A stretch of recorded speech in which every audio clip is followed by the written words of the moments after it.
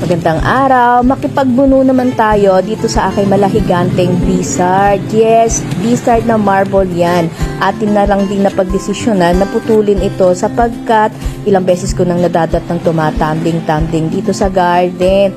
May kalakasan kasi ang hanging habagat na siyang dahilan ng kanyang madalas pagkatumba. Kaya naman nag-decide na lang akong putulin na lang siya at nang sa ganon mas maging maganda pa yung kanyang tayo at syempre dadami. Awit na nga lang din pala ako dyan, kitchen knife yung nadampot ko. Alam nyo na, naiiwanan palagi ang pamputol. Hindi naman kaya yan ng pruning scissor. Kaya ayan, mahirap lang tanggalin dito ay yung ugat.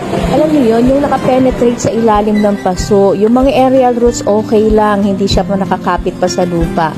Siya nga pala, kapag nagpuputol tayo ng mga giant philodendron, make it sure na hindi umuulan, no? Yung bang hindi sila babad sa tubig. Mas magandang magputol kapag medyo na-dehydrated sila o medyo tuyo.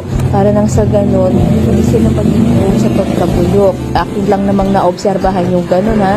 Kasi kapag nagputol ako, pinapatiktikan ko pa nga. Di na rin ako lumamit dito ng mga fungicides o ano pa mang chemical para igamot. Okay lang yan kasi naman hindi naman naulan. Nilinis ko na nga lang din pala itong puno para naman may labasan ng maraming suhi. O, yun.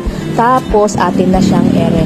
Ang pasong paglilipatan natin, ganun din kalaki sa dati niyang paso. Iniayos muna natin yung ugat nang mas pa sa ilalim mag-penetrate. Saka natin lalagyan ng mga potting mix at unti-unti rin natin siyang iaangat, no, para hindi masyadong lubog. Alam nyo yon, yung philodendron na masyado nakalubog, hirap talagang lumaki. Kailangan medyo nakakahinga siya ng konti.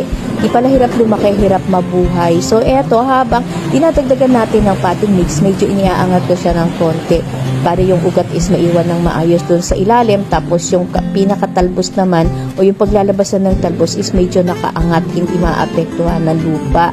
So eto guys, after nito ilalagay natin siya sa isang lalagyan na hindi masyadong mainit, no? Maganda yung humidity para hindi maapektuhan yung kanyang pagtubo. Pero kapag ganyan kasi kalalaki na at ganyan nakamature, hindi na yan mahirap buhayin.